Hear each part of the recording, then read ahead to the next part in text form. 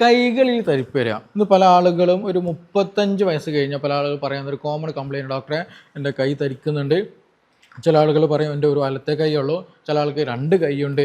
ഇനിയിപ്പോൾ കൈ തരിച്ചാൽ തന്നെ ചിലപ്പോൾ വിരലുകൾ മാത്രം, ചില സ്പെസിഫിക് ഫിംഗേഴ്സ് മാത്രം, വിരലുകൾ മാത്രം തരിപ്പുണ്ടാകുക. ചില സമയത്ത് തരിക്കുക, അതായത് നമ്മൾ എന്തെങ്കിലും ഒരു കപ്പ് പിടിക്കുന്ന സമയത്ത്, അല്ലെങ്കിൽ കത്തി കൊണ്ട് മീൻ മുറിക്കുന്ന സമയത്ത്, അല്ലെങ്കിൽ ബക്കറ്റ് പിടിക്കുന്ന സമയത്ത്, അല്ലെങ്കിൽ നമ്മൾ ഡ്രസ്സൊക്കെ നനഞ്ഞു കഴിഞ്ഞാൽ പിഴിയുന്ന ഒരു ഇതുണ്ടല്ലോ, അത് ചെയ്യുന്ന സമയത്ത് കൈയൊക്കെ തരിച്ചു പോവുക, അല്ലെങ്കിൽ രാവിലെ ഉറങ്ങി എണീക്കുന്ന സമയത്ത് കൈ തരിക്കുക.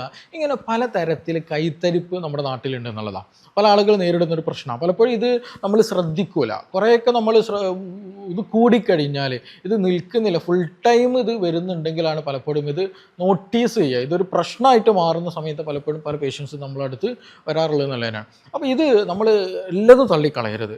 ഇത് എന്തുകൊണ്ടാണ് വരുന്നത്, എന്തെങ്കിലും റീസണുകളുണ്ടോ, എങ്ങനെ നമുക്കത് സോൾവ് ചെയ്യാൻ പറ്റും എന്ന് നമ്മൾ അറിയലും അതിന് വേണ്ട കാര്യങ്ങൾ ചെയ്യലും വളരെ വളരെ അത്യാവശ്യമാണ്. അപ്പോൾ ഇന്നത്തെ വീഡിയോയിൽ നമ്മൾ ഡിസ്കസ് ചെയ്യാൻ പോകുന്ന ടോപ്പിക്ക് വേറെ ഒന്നുമില്ല, ഈ കൈത്തരിപ്പ് വരാനുള്ള റീസൺ എന്താണ്, അപ്പോൾ അതിന് എന്തൊക്കെ കാരണങ്ങൾ കൊണ്ട് എന്ത് ചെയ്യും കൈത്തരിപ്പ് വരും, എങ്ങനെ നമുക്കിത് മാനേജ് ചെയ്യാൻ പറ്റും, അങ്ങനെയുള്ള ആളുകൾക്ക് എന്തെങ്കിലും ഇത് മാറിക്കിട്ടാൻ എന്തെങ്കിലും ട്രിക്സുകൾ ഉണ്ടോ എന്നതിനെ കുറിച്ചിട്ടാണ് ഇന്നിവിടെ ഡിസ്കസ് ചെയ്യാൻ പോകുന്നത്. എൻ്റെ പേര് doctor Siraj, Thamarassery QNB health കെയറിലെ യുനാനി ഫിസിഷ്യനാണ്.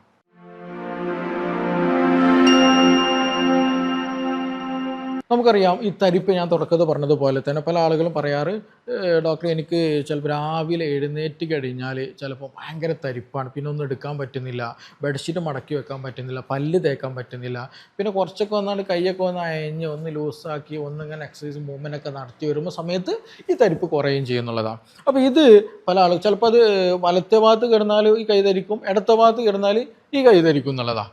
അങ്ങനെ പല ആളുകൾ കണ്ടുവരാറുണ്ട്. അപ്പോൾ ഇതിന് ബഹുഭൂരിപക്ഷം ആളുകളെടുത്ത് നോക്കുകയാണെങ്കിൽ ഒന്ന് കാരണം എന്താ ചോദിക്കുകയാണെന്നുണ്ടെങ്കിൽ അനീമിയ ഉള്ള ആളുകളിൽ ഇത് കണ്ടുവരാറുണ്ട്. അതായത് രക്തക്കുറവുള്ള ആളുകൾക്ക് ഈ ഒരു പ്രശ്നം വളരെ നല്ല രീതിയിൽ കണ്ടുവരാറുണ്ട്. രക്തം നല്ല രീതിയിൽ കുറവ്, അതേപോലെ സർക്കുലേഷൻ പ്രോപ്പറായിട്ടില്ലാത്ത ആളുകൾക്ക് ഈ ഒരു പ്രശ്നം നല്ല രീതിയിൽ കണ്ടുവരാറുണ്ട്. ചില ആളുകൾ കാലിനും അങ്ങനെ തരിപ്പ് വരാറുണ്ട്. കുറച്ച് ഒന്ന് നമ്മൾ ചമ്രം പടിഞ്ഞ് ഇരുന്ന് കഴിഞ്ഞാൽ എന്ത് ചെയ്യും, കാല് തരിപ്പ് വരിക, പിന്നെ കുറച്ചാണ്ട് കാലൊക്കെ നിവർത്തി ഒന്ന് മസാജ് ചെയ്ത് ഒന്ന് ഒഴിഞ്ഞ് ഒന്ന് പ്രോപ്പറായിട്ട് ഇരിക്കുമ്പോൾ അത് ഓക്കെ ആവുകയും ചെയ്യും.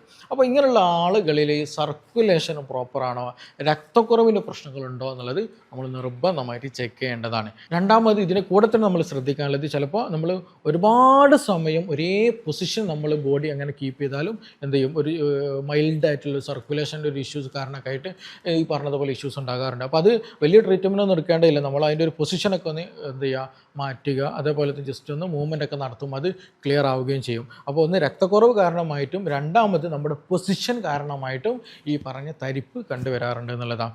അത് കംപ്ലീറ്റ് കൈ മൊത്തം ഉണ്ടായിരിക്കട്ടെ ഇങ്ങനത്തെ കേസുകളിൽ അത് നമ്മൾ നിർബന്ധമായിട്ട് ശ്രദ്ധിക്കുക.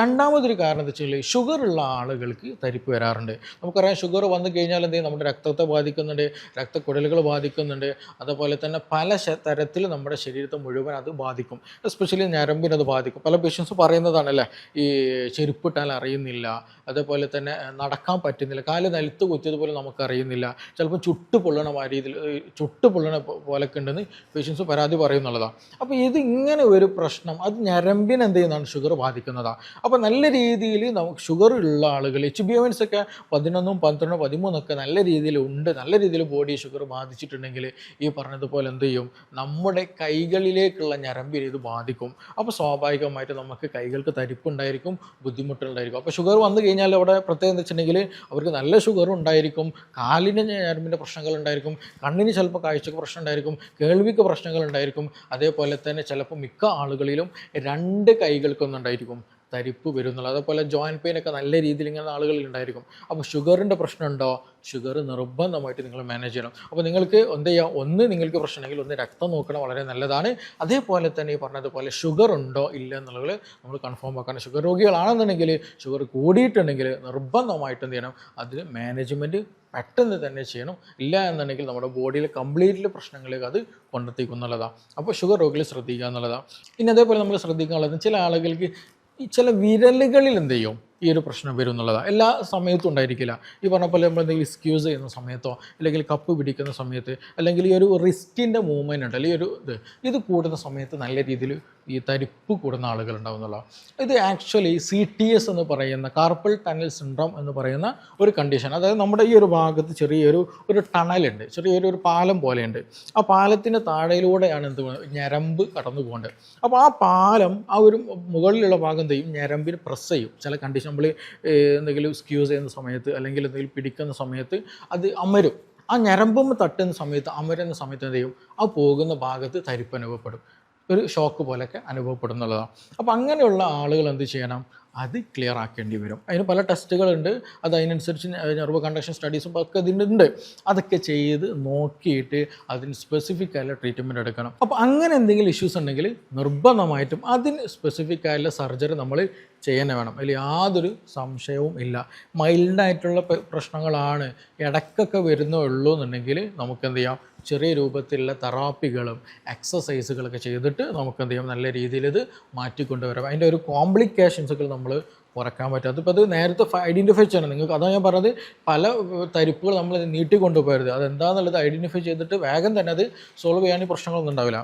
അപ്പോൾ ഇങ്ങനെ ഒരു തരിപ്പ് നിങ്ങൾക്ക് അതിന് പ്രത്യേകത ഇവിടെ ഒന്നും വലിയ തരിപ്പ് ഉണ്ടാവില്ല, ഈ ഒരു ഭാഗത്തായിരിക്കും കൂടുതലായിട്ട് ഉണ്ടാവുക എന്നുള്ളതാണ്. അപ്പോൾ അത് നിർബന്ധമായിട്ട് നിങ്ങൾ ശ്രദ്ധിക്കണം. CTS എന്ന് പറയുന്ന കണ്ടീഷനാണെന്നുണ്ടെങ്കിൽ അതിന് സ്പെസിഫിക്കൽ ട്രീറ്റ്മെൻറ്റ് എടുക്കണം എന്നുള്ളതാണ്. ഇനി അതേപോലെ തന്നെ ഞരമ്പ് റിലേറ്റഡ് ആയിട്ട് പ്രശ്നമാണ്.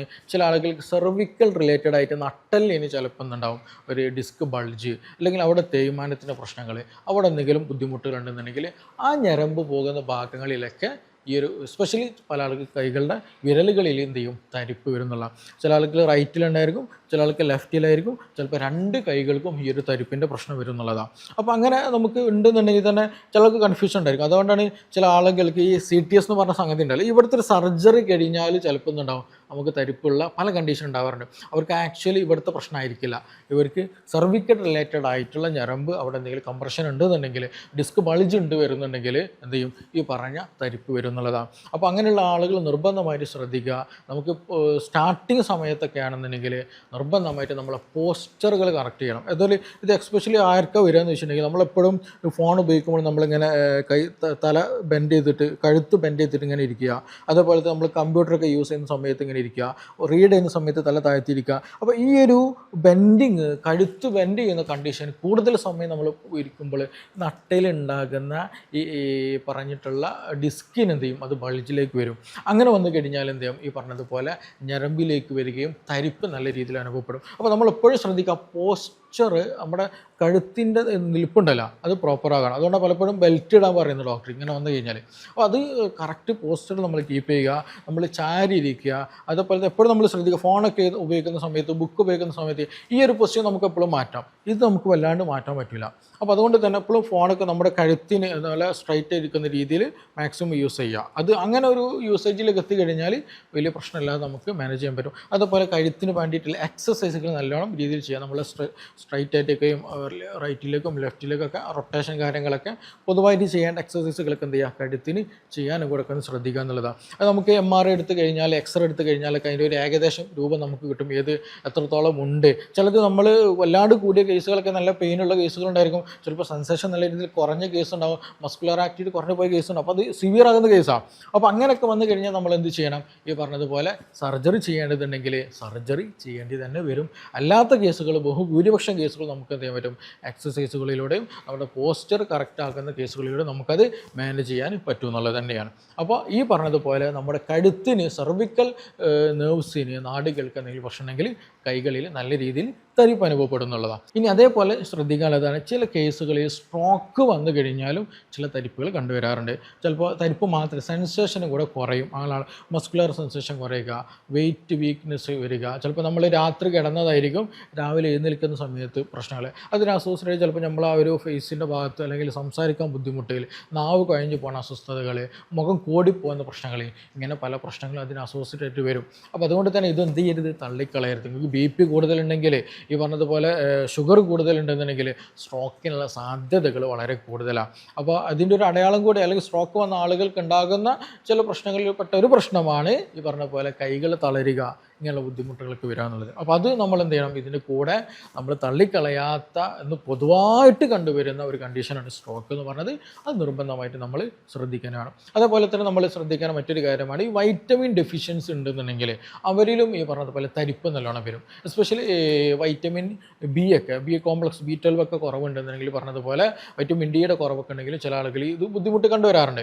അപ്പോൾ നമ്മുടെ ജനറൽ വീക്ക്നെസ് നല്ലോണം വരിക, അതുപോലെ തന്നെ കൈകളും കാലുകൾക്ക് തരിപ്പ് നല്ല രീതിയിൽ അനുഭവപ്പെടുക. അതുവെച്ചാൽ മിക്ക ആളുകൾക്ക് 2 കയ്യിലുണ്ടാവട്ടെ, കാരണം വൈറ്റമിൻ B12 വെച്ചിട്ടുണ്ടെങ്കിൽ 2 കയ്യിലും കുറവുണ്ടായിരിക്കും. അപ്പോൾ അങ്ങനെ സർക്കുലേഷൻ റിലേറ്റഡ് ആയിട്ട് വരുന്നതാണ്. അപ്പോൾ സ്വാഭാവികമായിട്ട് എന്ത് ചെയ്യും, 2 കൈകൾക്ക് തരിപ്പും ക്ഷീണവും തളർച്ചയും എനർജി ഇല്ലാത്ത പ്രശ്നങ്ങൾ, അങ്ങനെ പല ബുദ്ധിമുട്ടുകൾ അതിന് അസോസിയേറ്റ് ആയിട്ട് വരും. അത് കാലുകളിൽ ഈവൻ എന്ത് ചെയ്യും, ആ തരിപ്പൊക്കെ ഉണ്ടായിരിക്കും എന്നുള്ളതാണ്. അപ്പോൾ അതുകൊണ്ട് തന്നെ നമ്മൾ എന്ത് ചെയ്യണം, വൈറ്റമിൻ B12 കൂട്ടാൻ പറ്റുന്ന ഭക്ഷണങ്ങൾ കഴിക്കുക, അതിന് നറിഷ്മെൻറ്റ് കൂട്ടാൻ പറ്റുന്ന സപ്ലിമെൻറ്റുകൾ നമ്മൾ നല്ല രീതിയിൽ ഒരു ഡോക്ടറെ കണ്ട് ഒരു ഫിസിഷ്യനെ കണ്ടിട്ട് നമ്മൾ കഴിക്കുക എന്നുള്ളതാണ്. അപ്പോൾ ചുരുക്കി പറഞ്ഞിട്ടുണ്ടെങ്കിൽ നമ്മളിതിന് പലപ്പോഴും സിമ്പിളായിട്ട് കാണുന്നുണ്ടെങ്കിലും പലതും എന്ത് ചെയ്യും, ക്രോണിക് ആയി കഴിഞ്ഞാൽ അത് സർജറി ചെയ്യേണ്ട അവസ്ഥയിലേക്ക് അല്ലെങ്കിൽ അത് മാറാൻ പറ്റാത്ത കണ്ടീഷനിലേക്ക് ആയി പോകുന്നുള്ളതാണ്. അപ്പോൾ അതിന് അങ്ങനെ ഒരു കൊണ്ടുപോകാതെ നിങ്ങൾക്ക് അങ്ങനെ എന്തെങ്കിലും പ്രശ്നം ഉണ്ടെന്നുണ്ടെങ്കിൽ ആദ്യം അത് എനിക്ക് വരാനുള്ള കാരണം എന്താണെന്നുള്ളത് ആദ്യം ഐഡൻറ്റിഫൈ ചെയ്യണം. അതാണ് ഡയഗ്നോസിങ്. ഇത് എന്തുകൊണ്ട് എനിക്ക് വന്നു, അതിന് റീസൺ എന്താണ്, ഇതിൻ്റെ ബാക്കിലുള്ള സയൻസ് എന്താണ് അതിൻ്റെ ഫാക്റ്റ് എന്താണ് നമ്മൾ ഐഡൻറ്റിഫൈ ചെയ്യണം. അപ്പോൾ ചില ആളുകൾ ചിലപ്പം സ്ട്രോക്ക് ഉണ്ടായിരിക്കാം, ചില ആളുകൾക്ക് വിറ്റാമിൻ ഡെഫിഷ്യൻസി ആയിരിക്കാം, ചില ആളുകൾക്ക് സെർവിക്കൽ റിലേറ്റഡ് ഇഷ്യൂസ് ആയിരിക്കാം, അങ്ങനെ പല കാരണങ്ങളുണ്ടായിരിക്കും.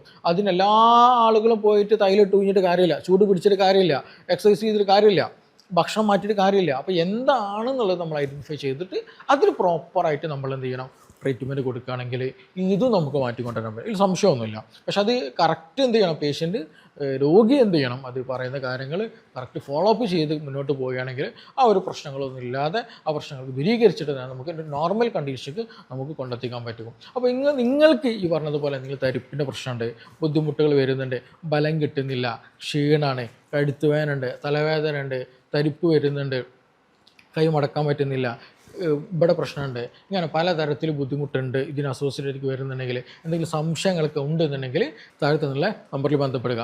നമുക്കിനി മറ്റൊരു ഇഷ്യൂമായി ബന്ധപ്പെട്ടിട്ട് വീണ്ടും കാണാം. Thank you.